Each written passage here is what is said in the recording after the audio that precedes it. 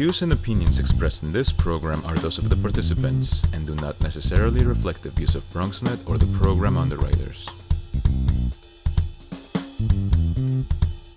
Hey everyone, how are you? How you feeling? How you doing? I'm the Dr. Bob Lee. Welcome to Open BXRX. Coming up on today's show, another fantastic one. We'll speak to a multidisciplined artist whose work is a tribute and celebration of Black life. And then we'll hear from a CEO and entrepreneur who has just published his latest book emphasizing the importance of networking through social media.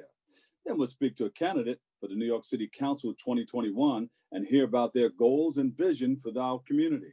After that, Bobby C has the latest in the world of sports, and then we'll hear from a candidate in the upcoming City Council District 12 special election who is doing big things for our young people in her community. Stay tuned. All this and more is headed your way. We are wide open. Here we go.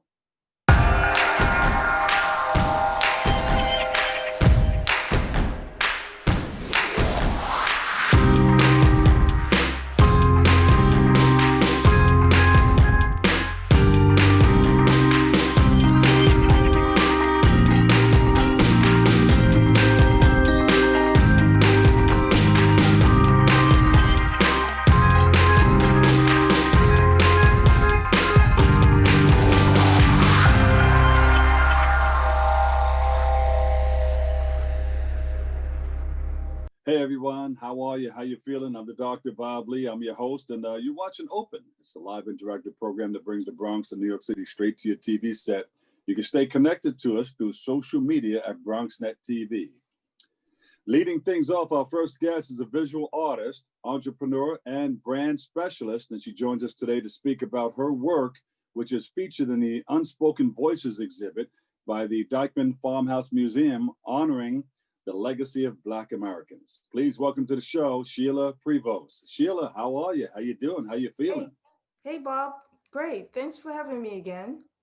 Tell us more about the wonderful work that you're doing. We've had you on before in the past, right? Tell us what you're working on now.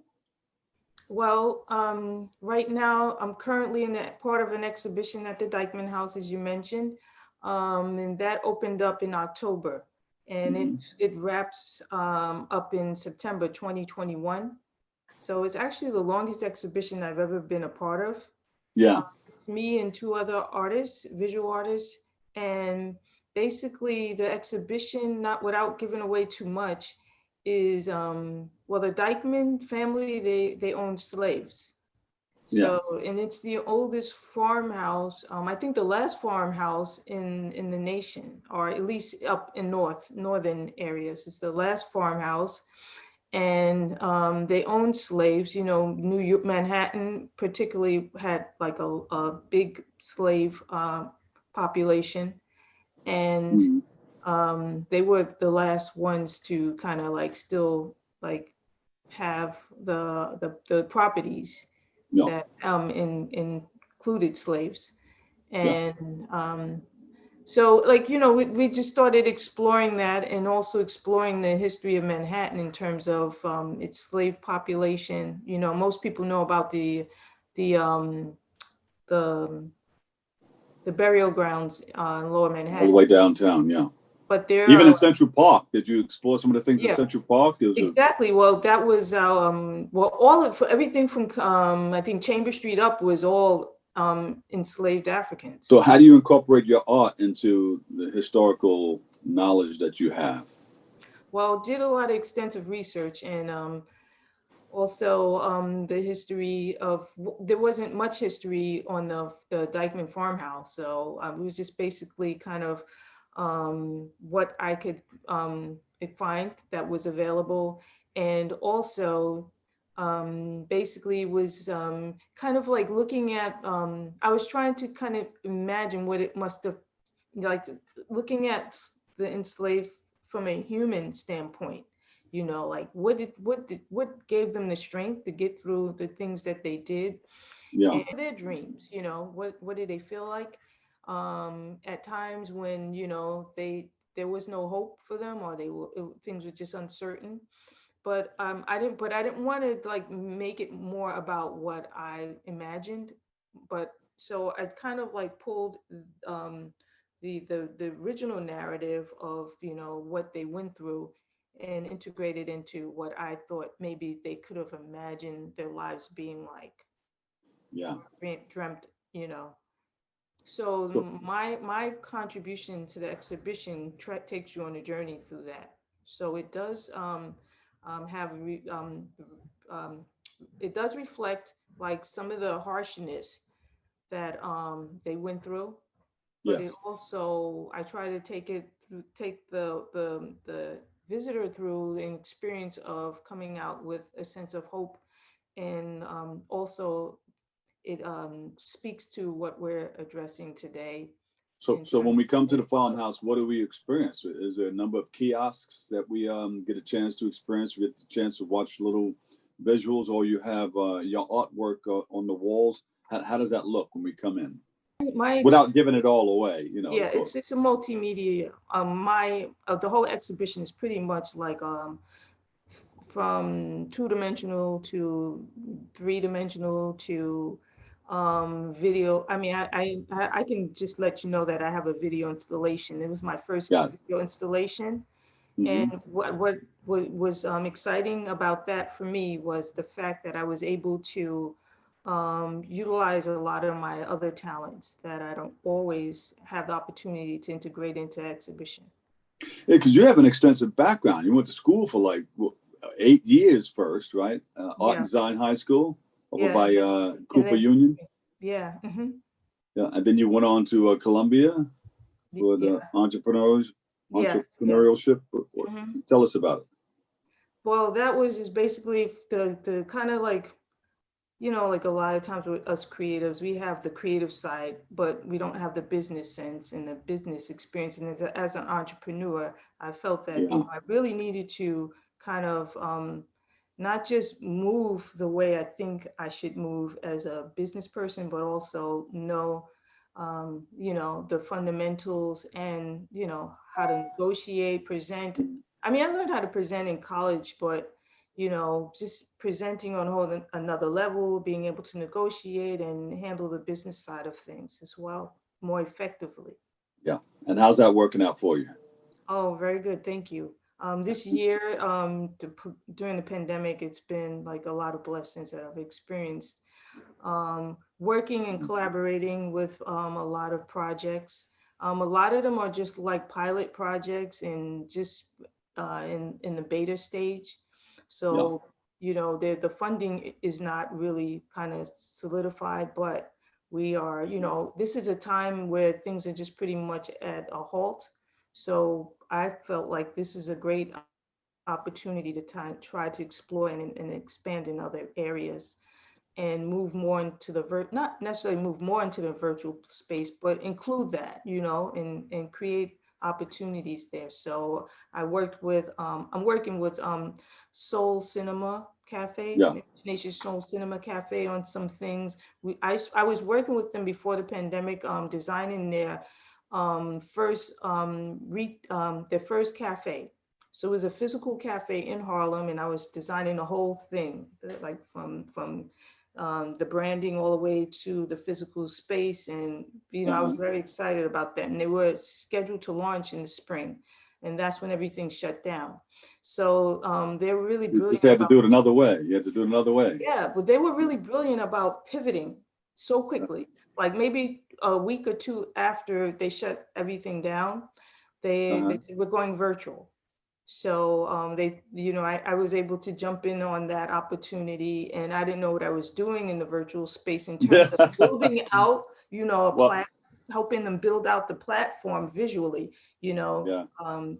But we, I was doing too much probably at the time, like trying to be the technical person and the creative. Yeah, and then, that was the problem with a lot of people trying to get into Zooming and all the virtual stuff that's going on. You Mhm, had to learn it, and you couldn't really see it before you got there. You had to mhm. learn while you were Yeah, doing it. I mean, because you it's could very, come on a couple of times beforehand and say, "Hey, mhm. let's test this out," but still, you weren't able to give it the personal touch that you would do if you were physically somewhere. Right. And you know, like Brick and most of us mortar. don't come from the broadcasting background, and that's the kind of experience you need in a virtual space if you're going to be building out a brand in that space. Yeah. And so A it lot was of people have exciting. learned to become broadcasters after that, right? Oh yeah. But Facebook and Zooms. it's been exciting. Like even like, Yeah. and I would talk to our team, you know, when people got frustrated. I said, "You guys, we're learning on the job. This is okay." You know, everyone's Yeah, learning. The whole globe is learning on the job right now. So, exactly. Yeah. you know, it So, was a lot of it's a lot of fun. I feel more confident in it now, and I was able to create a new interface for them, and I'm excited yeah, about that. And I'm, it's just a nice opportunity to learn more things and to figure out like where you're going to go next with mm, some of those new skills. yeah, I'm glad you were able to pivot. So talk about, you got the Farmhouse Museum exhibition, but you also have one in Korea? Actually, that ended. That was during the summer. Yeah, I Uh-huh. had, and it was. I didn't know that we were gonna even have the exhibition. I didn't know what was gonna happen because stuff was closing down, and they Yeah. meant to create a physical experience. I wasn't able to attend actually, but there are people who actually attended the exhibition in Korea, and that was very very cool. And I was excited to be a part of that and to know that they were able to pull it off.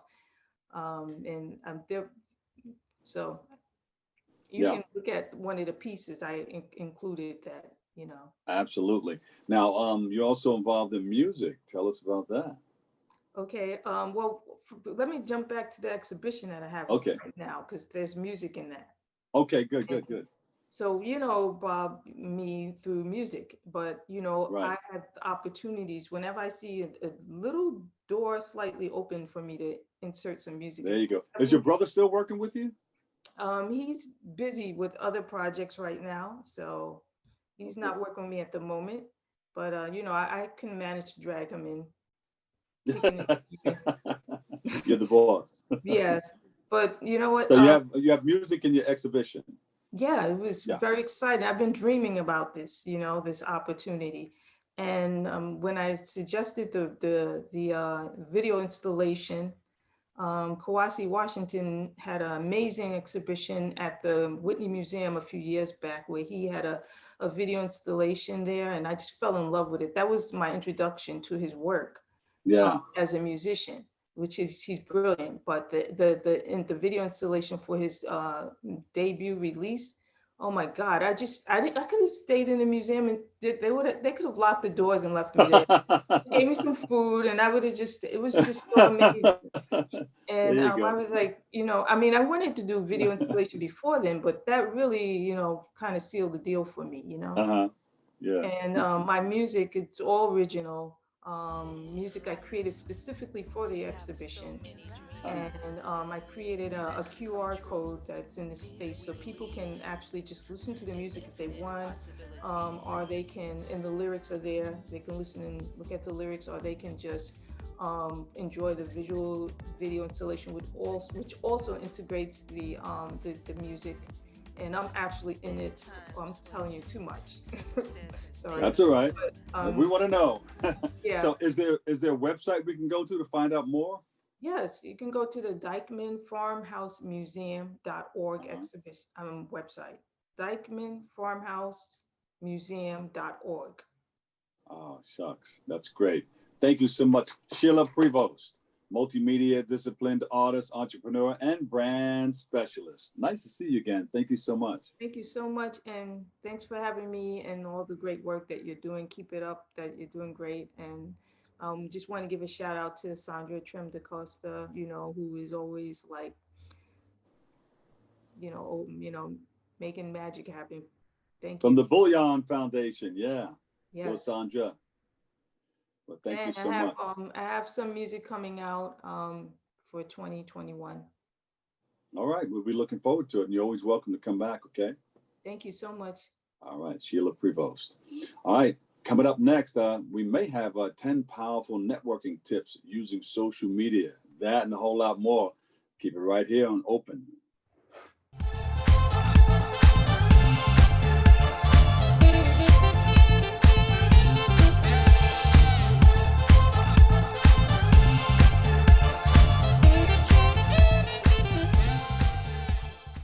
welcome back. I'm the Dr. Bob Lee. We're having fun. We got lots of great information for you right here on Open. And our next guest is the CEO and founder of Savvy Entrepreneur. Yeah. And he's the author of 10 Powerful Networking Tips Using Social Media. And he joins us today to speak about the importance of networking, especially in difficult times. Please welcome to the show, Carl E. Reed. Welcome. Hi, Carl. Thank you, Bob. Appreciate the opportunity to speak with you. It's an honor, actually, to speak with you today. Yeah. I see you got everything behind you. You're a savvy entrepreneur. Tell us about it. Yes. That term actually has been around since the 70s. It was coined. It's got a lot more traction since the turn of the 21st century. And it's helped me with my career. And basically the foundation is that it's an employee that works at different companies and they think like entrepreneurs. They have that attitude, they have that mindset, kind of that business owner mindset. It's not necessarily a career path, it's just a mindset, how people think, whether they work in the communications department or the accounting department or in the technology area. And usually people like that are the rainmakers in the organization that take calculated risks. They network with the senior folks in the organization, and they usually get promoted more, raises come a little faster, and it's a high visibility type of thing. Very different than the average employee that kind of waits for things to happen. The entrepreneurs, they make things happen. And at Savvy Entrepreneur specifically, we bring it to the next level and teach people how to then manage their careers like entrepreneurs. So I actually used the techniques throughout my career working as an employee and certainly into being an entrepreneur. And it's the differentiator these days. It's what helps make people different in the organizations that they work with. We talk about branding, and that becomes that distinctive value with doing stuff. So we work with companies to help them implement savvy entrepreneur programs. HR departments have ERGs, employee resource groups, and that could be a resource group at an organization. Yeah. And you've been through it. You've started from the bottom, now we're here. From the bottom, now the whole team's here. I mean, from Edenwald housing projects in the Bronx, you worked from the mailroom to the boardroom. How did you accomplish that? That was an interesting journey when Edenwald was actually, it was a tough place. Grew up in the 60s there. I was battle hardened by the time I got into the Marine Corps. But I think more importantly, my friends and I still joke about it. Those of us that grew up there, there's quite a few of us that still stay in touch. We call it Edenwald University because it helped us build a mental toughness. So when we got into jobs and organizations and did stuff, that gave us perspective to be able to get through the challenges, find mentors, get through those things that made it hard or difficult, depending on who we are, what we were doing. Mm-hmm. And actually my career, when I first started at the mailroom, one of the things as I was reading about this entrepreneur techniques and doing things is kind of like, put yourself out there a little bit. And when I delivered the mail, every month I would actually give my resume to all the managers. And every month I would give them actually the same resume. One director said, Carl, you keep giving me the same resume. He goes, what do I got to do to make you stop? Exactly. I said, hire me and I'll stop. Yeah, exactly. He actually did. And so I started there, working as an administrative assistant and worked my way into kind of the technology arena. From there, kind of developed that, again, taking chances, calculated risks, getting the companies to pay my tuition. I went to Fordham U and helped me to get through that. And that was a hurdle to get through.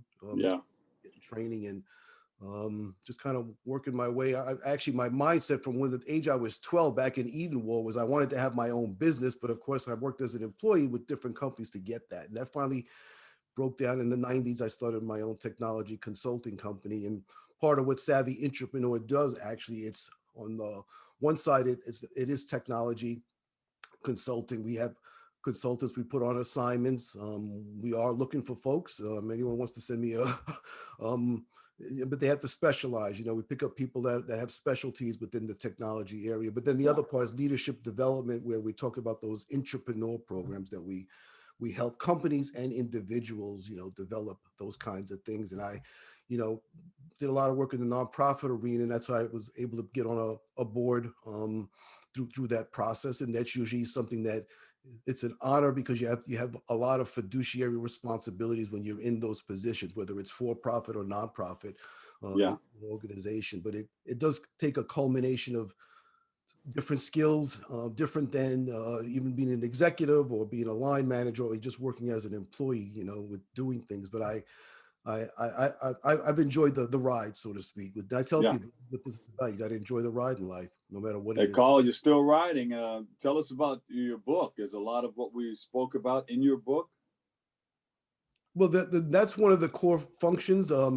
It's called 10 Powerful Networking Tips Using Social Media. And it's about business relationships. And it doesn't matter. And this is what I found in my entrepreneur travels was those people that can communicate effectively, whether it be in writing, verbally, one-on-ones, in conferences, conference rooms, having meetings, or certainly in groups. Those are the ones that are going to put themselves in those valued positions. And that doesn't matter if you're an engineer, an architect working in the communication department. You want to be able to develop relationships, those interpersonal skills. And these days, soft skills count for 50% of the success rate of what people are doing. Yes, we have our specialty skills. We went to college and we learned how to do things, but the soft skills count for more because especially in our challenging times that we have now, relationships count for more than anything. And oh yeah, what the book actually does, I didn't time it like that. Certainly when the things happen with our environment the way we have it now, but I found that networking has its own etiquette, its own style.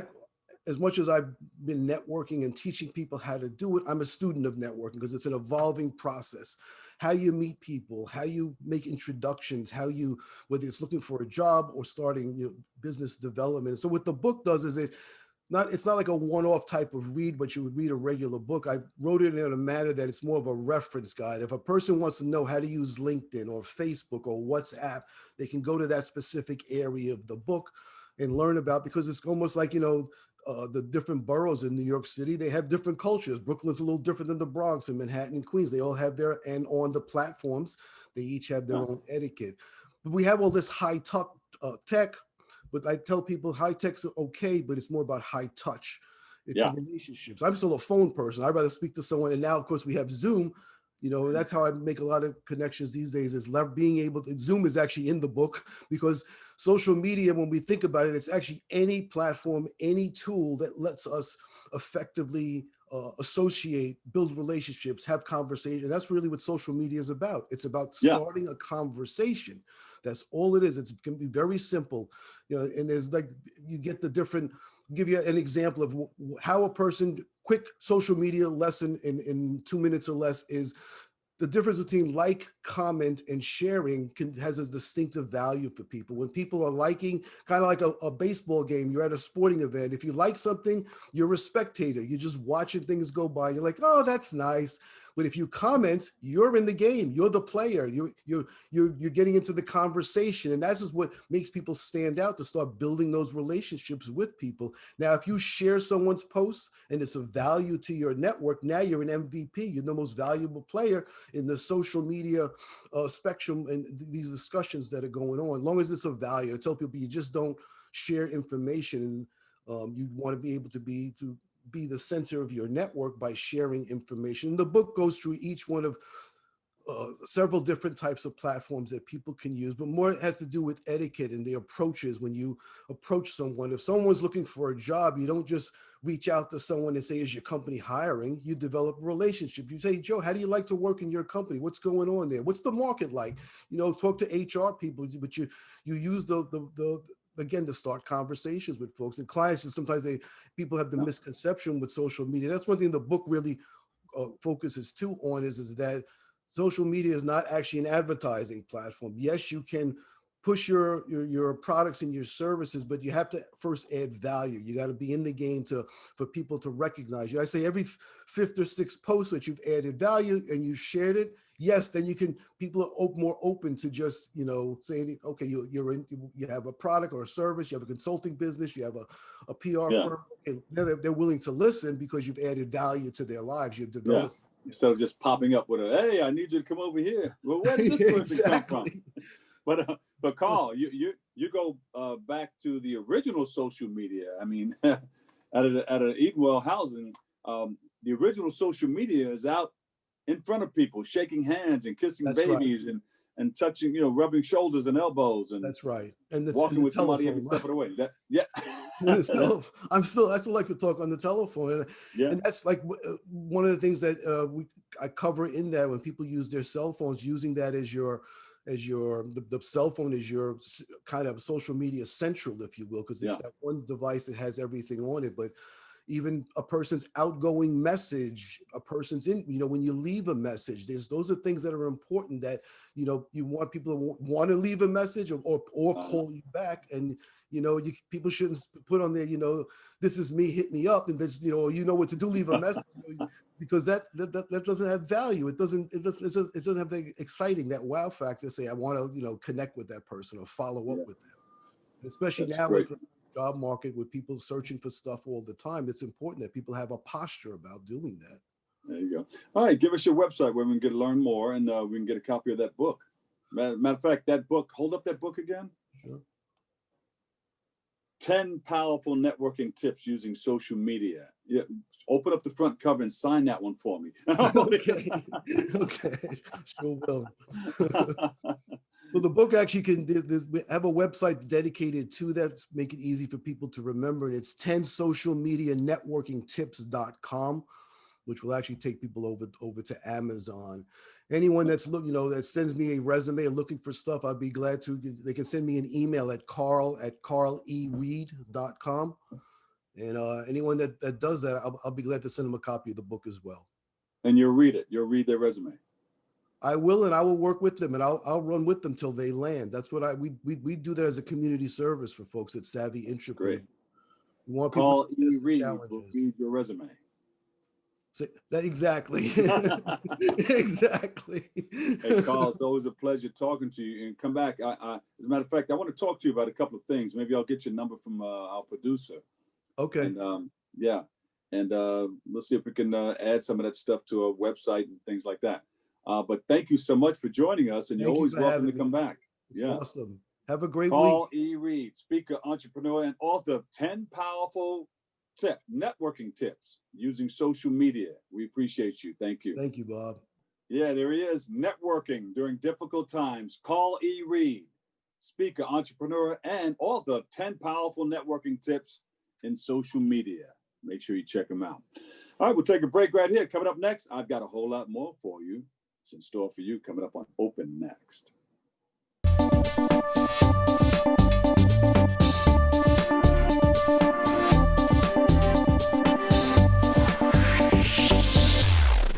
All right, welcome back. Our next guest is the candidate for City Council in the 2021 election, and he joins us today to speak about why he's running for City Council and what he intends to do in our communities if elected. Please welcome to the show, Oswald Feliz. How are you? Welcome. Doing very well. Thank you so much, Bob, for having me on your show, and thank you to your audience as well for having me today and watching. Give us a little background. You're a professor at Ostos Community College, right? You're a tenant lawyer. Give us a little background. That is correct. So I'm Oswald Feliz. I am a candidate for City Council in the Bronx, District 15. I have spent my entire life working to improve the lives of Bronx residents. I'm a tenant lawyer. I have defended tenants in Bronx Housing Court who are at risk of eviction, preventing homelessness, which is a problem in our city. And I have also represented them in cases where they sue the landlords for harassment and other unlawful landlord conduct. What inspired you to run for City Council? Yeah, so I come from very humble beginnings. My parents, my mom was and still is a home attendant. My father was a taxi driver. Now he's unable to work. He's disabled and unable to work. And my family worked almost every single day of their lives, but they struggled. Not because they weren't willing to work hard, but because of the obstacles that low-income people in the Bronx face, including lack of good jobs, lack of unionized jobs, and also my own struggles as well. The public education system, which has continues to fail a lot of students due to reasons beyond the students' control. Many schools are underfunded, many schools are racially segregated, they don't have the tools to prepare our students to succeed. So I said, we have a lot of issues. I love the Bronx. I want to improve the borough that raised me, the borough that gave me so much. So I'm going to run for city council to work on these issues and create a Bronx where families could thrive. Now we're living during a pandemic, so we have more issues to deal with. Can you discuss some of the challenges that your community is facing at this time? So the Bronx has many problems, and the coronavirus pandemic only made the problems worse. We have an issue regarding financial stability. Many jobs in the Bronx are non-union jobs, which means that workers have to go to work. And if they take not a day off, but if they take an hour off, they would be at risk of job termination. So that is a problem. And that partially explains why the pandemic hit the Bronx the hardest, because we are home to essential workers, people that have to go to work, and people that have to be there in person, security guards, maintenance people, and etc. People that have to be there rather than working remotely. We also have an issue regarding, very related to financial stability, a housing problem. People are without jobs, unable to pay rent, and the state passed the moratorium. However, the problem is, how are they going to be able to pay rent that has accumulated during a long period where they were without a job, and et cetera? What are your primary goals and issues that you're looking to tackle as a potential city councilman? Because, there's a lot of people are running. Why should we choose you? Yes, so I am a son of the Bronx, and I am running because I want to create a Bronx where families could thrive, where people have access to good schools, and etc. I actually spoke to a parent last night, actually. That parent told me that she has to travel 1 hour every single day to send her, so that her daughter could go to good school, because the local schools don't have resources to properly prepare her daughter. So if I'm elected, I have many policy proposals. I'll briefly describe the top 3. My first proposal involves desegregating our public school system. Here in New York City is the most racially diverse and economically diverse city in the country, but we also have the most racially segregated public school system in the country. And this is nothing new. It's actually been like that for a very long time.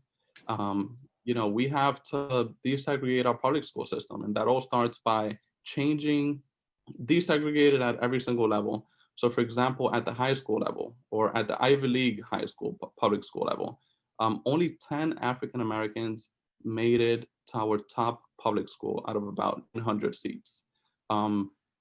Due to many obstacles, one obstacle is the specialized high school admission test. That is the only factor that these specialized high schools take into consideration when admitting students.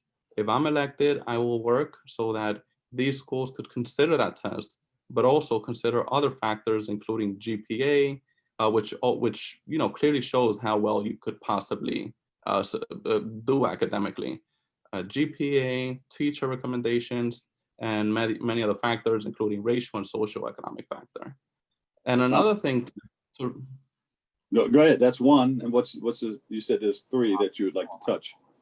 Yes, the second one is also related to education. If I'm elected, education is going to be a big priority for me. I actually went to local public schools, and I know how much they lack resources to help students succeed.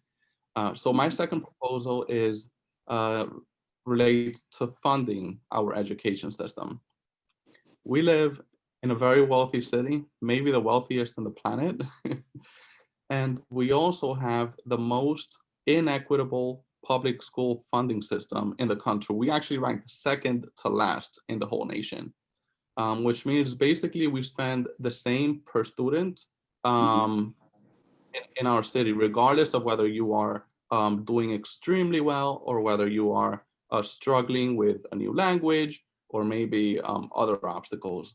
So if I'm elected, I will work so that schools that serve struggling students receive at least 30% additional funding so that we could have smaller classrooms in those schools, and the students that are struggling, they could receive more attention. Yeah, the third one can be good jobs and clean air, I guess. Go ahead. Exactly, you guys. So in the Bronx, we actually have the highest asthma rates, not only in the city, but also in the nation. People in the Bronx are hospitalized due to asthma at rates 21 times higher than other areas in the city. So this is not a citywide problem. This is a Bronx problem, mostly due to the high levels of air pollution in our city. And most of that is due to the fact that we have roadways like the Cross Bronx Expressway, which is the most congested roadway in the nation.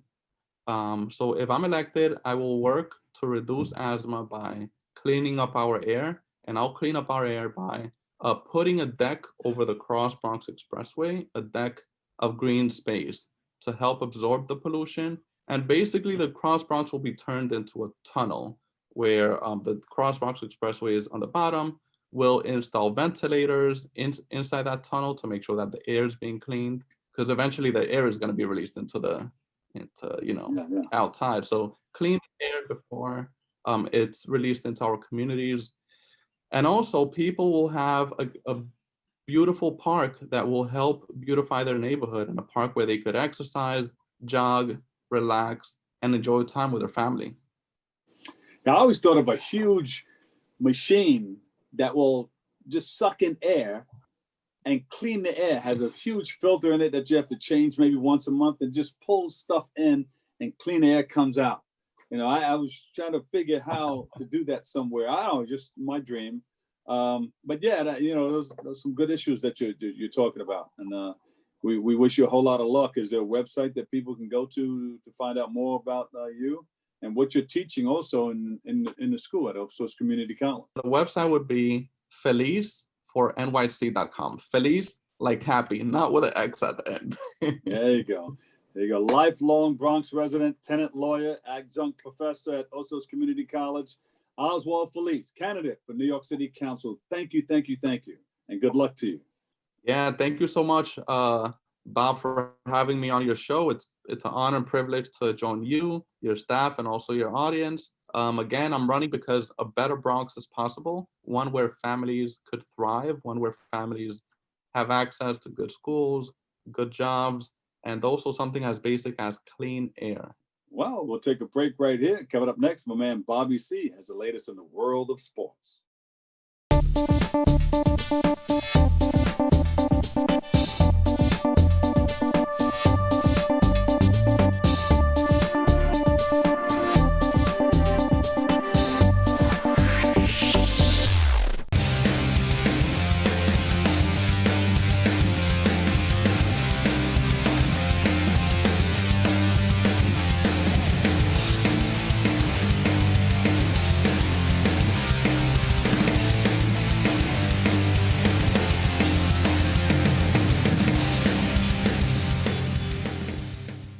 If you ever wondered what it's like to be one of the top high school basketball players in the country, we have one of them with us, joining us this morning, right here in the Bronx at a St. Ray's, Malachi Smith. Malachi, how's it going? How are you? Hey, what's up, Bobby? I'm good. How are you? It's so great to see you, man. And I'm just so proud of all of the accomplishments that you've had so far in your young career. I've really gotten a chance to watch you. You've kind of grown up right before my own eyes over the years and playing in so many places that I'm familiar with, including Hoops in the Sun. It's just so incredible to have a young Bronx star here on the show with us this morning. Yeah, yes, for sure. So I guess the big question, as we bring up, with our viewers here is, what is it like to be basically a big-time basketball star, not only in the Bronx, but really the Mecca, New York City for basketball? Yeah, it's very I'm very proud of myself. You know, it's a lot of coming as the top ranked point guard in New York. That's I'm just proud. You know, they had a lot of few uh NYC legends who played in the NBA, not even the NBA overseas, like Kemba, Whitehead. It's a lot to name. So I'm just proud I can say myself that I'm one of them. It was so cool in August to see you make that announcement on your Instagram that you were going to go to Dayton and follow in the footsteps of your brother, Scoochie Smith, who, of course, arguably maybe one of the greatest players to ever come out of Dayton. Over 1,000 points scored there, and that group, his team, winning over 100 games in the 4 years, 4 straight NCAA tournament appearances. But I know, having known you, that your decision to go to Dayton really not so much about following in the footsteps of Scoochie, but rather your own decision that you really wanted to go to Dayton. Yeah. I definitely wanted to go Dame, not even because my brother, he wasn't even a factor into it. I mean, he was just talking about the pros and cons of it, about other schools and stuff. But he was actually leading me towards like, oh, you do what you want, don't do it because I did it. But I had a great relationship with I feel like I had the best connection with the coaches, the assistant coaches. They just felt me comfortable. They made me feel comfortable, and that was just the number one factor in my decision. And Flyer coach Anthony Grant, he really pursued you. Yeah, he was with me since sophomore year, before my high majors or at the hype, all of that. So they'd been number one for a long time. So speak a little bit about what St. Ray's has done for you, because you're class of 2021, so now you're a senior there here in the Bronx, and you got one more year to go, but you're already committed to go to Dayton. 3-star recruit, again, arguably in that conversation, not just at the point guard position, but when everybody talks about the top players in New York City, you're right there, top 3. St. Ray's has helped me develop a lot. Freshman year I played freshman, but I trusted Coach Lopez. I played varsity my sophomore year, and I played starting minutes. I didn't start. I started a few games, but I mainly come off the bench. But I played starting minutes, playing in close games at the end of games. So I just trust him. And as junior year, he just gave me the keys to run the team. He believed in me, and that's all I needed to run the team. We had a good season this year. Even though COVID messed it up, it was good though. Just trying to get my senior year rolling. Hopefully bring a ring, since we haven't got one since 2012. So that's the goal.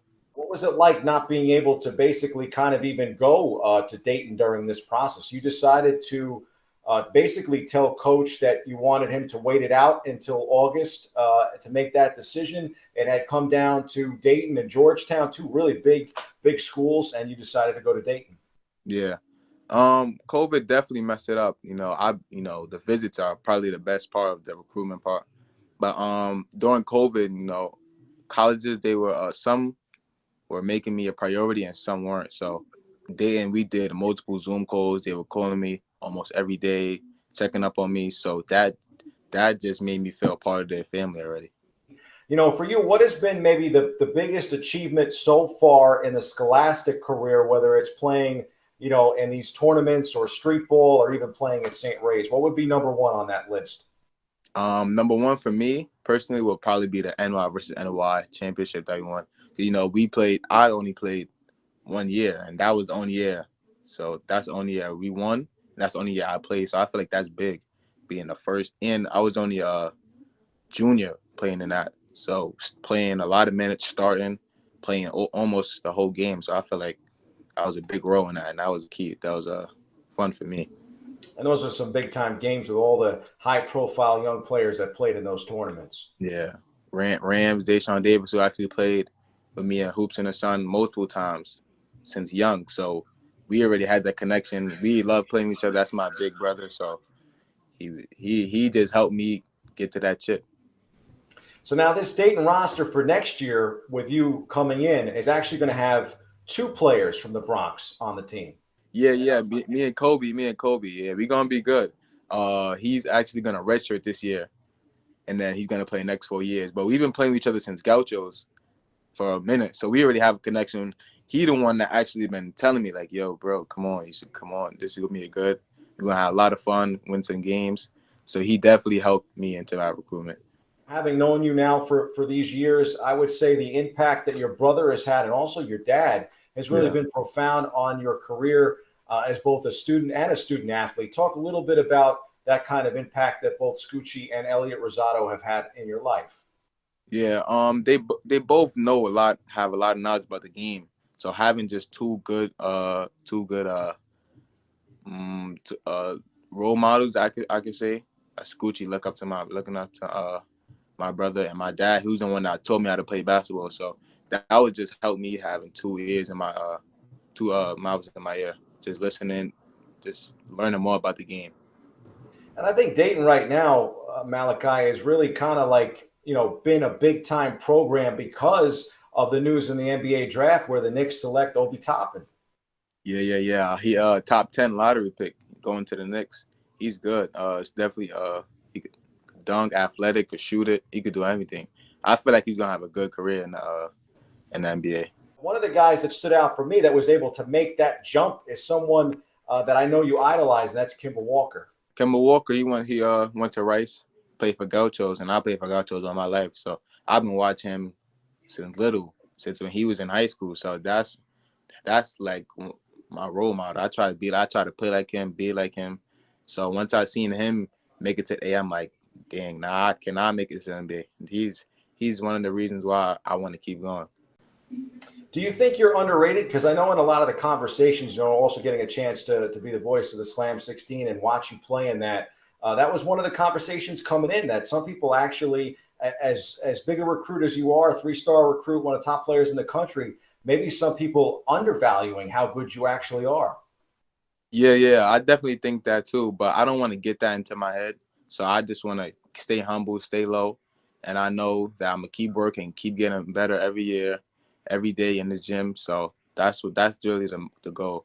I know everybody that has watched you play knows how good you are at getting to the rim, how tough defensively you are, and also being able to really pass the rock in traffic. But I think one of your strongest suits as a point guard, as a quarterback, is your basketball IQ. Do you feel that is your number one strength?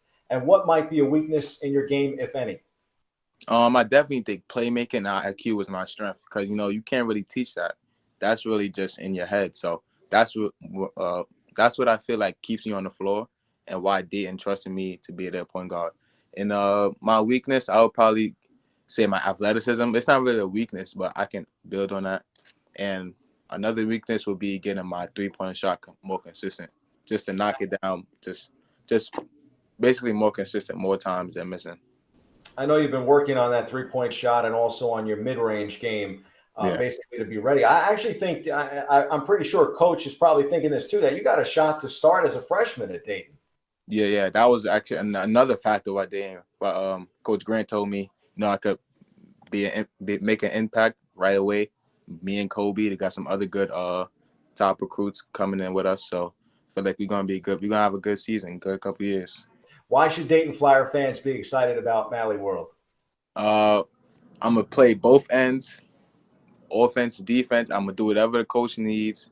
I'm gonna keep my team happy, and I'm gonna just get you some wins. We coming, me and Kobe and the rest of us. We're gonna get you some wins. I really appreciate you taking the time. I'm really excited to watch you play at the next level, and it's so great to have a budding star right here in the Bronx, basically getting a chance to play at a high D1 level and potentially someday in the NBA. Yes, sir. Appreciate it.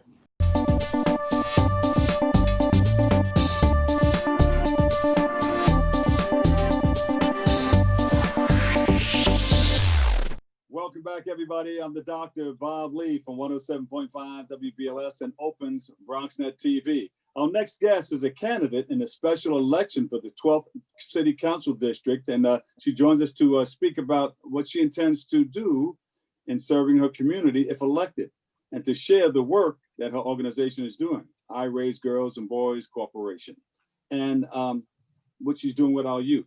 Please welcome to the show, Shaniqua Moore. Welcome. Thank you so much. Tell us what you're doing with that organization first. It's a great organization. I hear a lot about it. Tell us about that, and then tell us about your run for city council. Absolutely. So thank you so much, Bob, for having me. It's always a pleasure. chatting with you and just keeping you abreast and all the things I've been working on in the community. Through my nonprofit, I Raise Girls and Boys International, we have been providing a lot of essential services to children and families, especially during COVID. This has been one of the most challenging times that we've faced as a society. And one of the most important things for me as a CEO was making sure my organization was knitted in the community and really providing that one-on-one services that parents and children really needed. And so in the past 6 months, since the last time we spoke, we have been working on a lot of STEM programs, literacy programs, as well as developing coding programs for children. We've also provided parent support services and counseling services for kids, especially as they were reintegrating back into school. That's presenting a lot of challenges with New York City Department of Education, not necessarily preparing parents appropriately for school opening. So we have been very integral and just that piece in terms of helping schools develop safety plans to make sure kids are returning to school back safely and making sure that principals are not forgetting that crucial piece, which is the social emotional well-being of kids. So that's what we've been doing, just really providing that concrete and one-on-one support to principals as well as to parents and kids. And you're in that council member District 12, huh? Yes, that is correct. I'm also running for a city council in my community where I was raised as a teenager and where I've been doing a lot of work. Actually, where I founded my nonprofit, was right in District 12 about 8 years ago. That's great. So what are some of the issues that you want people to know about that you are working on? So there are things that I've been championing for the last 18 years. That's children and families. I consider myself a child's advocate. I've been advocating for the rights of kids and for families for as long as I can remember. I'm a licensed social worker, and I believe that my calling is being able to bring adequate resources and support to kids that are vulnerable and that don't necessarily have a voice. And also supporting parents and families to make sure they're whole and to make sure that they have what they need to be able to thrive. I'm also a very firm advocate in public school education. I have grown up in the public school system, and I actually grew up on Hooked on Phonics. My mother back then was really, really big on education. Yeah. I always tell people I didn't have a lot, but I had education, and that helped me throughout life. And so I believe that our public school education needs to be completely reformed so that our kids have the quality education that they deserve. And I have a lot of different areas and vision that I foresee in terms of supporting that reform and the Department of Education. Give me one area that you're working on that's dear to your heart. So one that's really dear is school social workers in every school. Right now, we have thousands of kids that are not receiving mandated services because of lack of school social workers. Also, right now, the average ratio to school social worker in New York City is about one social worker to about 700 kids. That means a lot of kids are not receiving services that they need to be able to excel in school. And when you think about the child, you have to think about the child holistically, not just in the area of academic. And a large part of that is making sure they have that social emotional support. So one of the things I support and would love to get rolling if I'm elected as city council member is to make sure we have school social workers in every school providing those necessary one-on-one and group-based services to our kids, especially in light of COVID, where kids have been experiencing social isolation and quarantining for such a long time. Yeah, and who are some of the people that you have to talk to try to get that going? You have to talk to the Department of Education, United Federation of Teachers.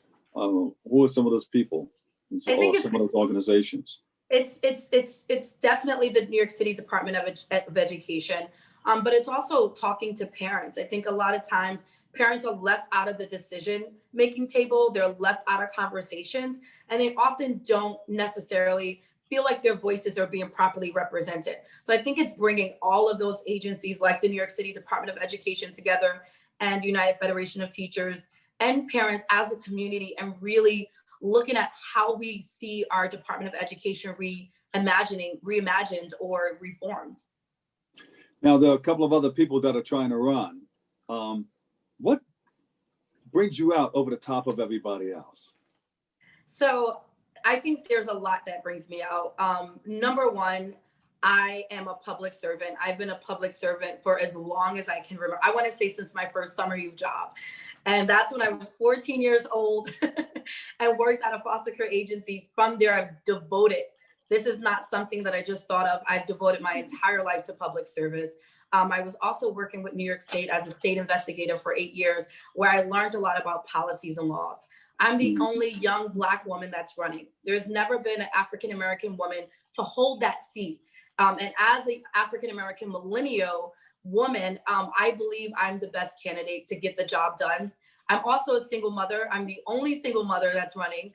And that in itself allows me to connect to a lot of other mothers with that shared lived experience. And it will allow me to make better decisions such as childcare and education and remote learning and those other things that mothers that are single really need. So I think all of that in itself really is what stands me out amongst my opponents. Yeah. And I think you're talking about we need more social workers in our schools. Does that stem from your early on working with as a caseworker aide at the family support system? That's at exactly. age 14? I was at the family support system at 14 years old, and that's where I fell in love with the child welfare work. It was at 14 years old. I was just learning how to type. Back then, there was like this typing program that I learned, and I was just doing filing at the time, but I developed such a love. And from there, I just went on to studying it. I went on to studying psychology in undergraduate, social work in graduate school, and just, through my work in my nonprofit, you'll see a lot of the causes that I've been championing. I didn't wait for a position to open to champion these causes. I created it because I saw a need. And I think the leader that is elected in this office needs to be able to show that track record, not necessarily just showing up to the scene because the seat open, but to show the track record and the history of what they've been able to do on their own. And I'm really proud to say I've been able to do a lot in funding it by myself. All right, there you go. All right, sell it. And where do we go for more information on you? So anyone that wants more information specifically on my campaign, they can visit my website at www.more district12.com. Or if you would like to shoot me a Facebook message, you can reach me on Facebook under Shaniqua Moore, and I love to chat with you and to hear more about how I can help. Shaniqua Moore, candidate for Bronx County, District 12. Yeah, I know that area there, and also I Raise Girls, Boys, and Boys International Corporation. Thank you so much for all the work that you do. Thank you for rolling up your sleeves, and thank you for wanting to serve in that special way. And you have a lot of background. You have you're not new to this because you started at age 12 wanting to do something and make some moves in our city. So good luck to you, and thank you for all that you're doing. Thank you so much, Bob. I appreciate this time. Stay safe. Be blessed. We love you. Thank you. What? Wait. What? It's over? Wow. It's funny how time flies when we're having fun. Unfortunately, that's all the time we have for today's show. I want to thank you, our guest, for joining us, and you, our viewers, for tuning in and checking it all out. You can follow us on BronxNet TV for continued coverage. We've got you covered like a blanket. Thank you so much for letting us share in this space and time with you. And always remember this: what you are is God's gift to you, and what you make of yourself is your gift to God. So choose your choice. Let your choice control the chooser. And remember, whether you say you can or you can't, either way, you're right. Keep it tuned right here. We've got you. And keep me tuned over 107.5 WBLS too, of the Dr. Bob Lee. From all of us here at BronxNet TV, have a great and enjoyable day. We love you all. Peace.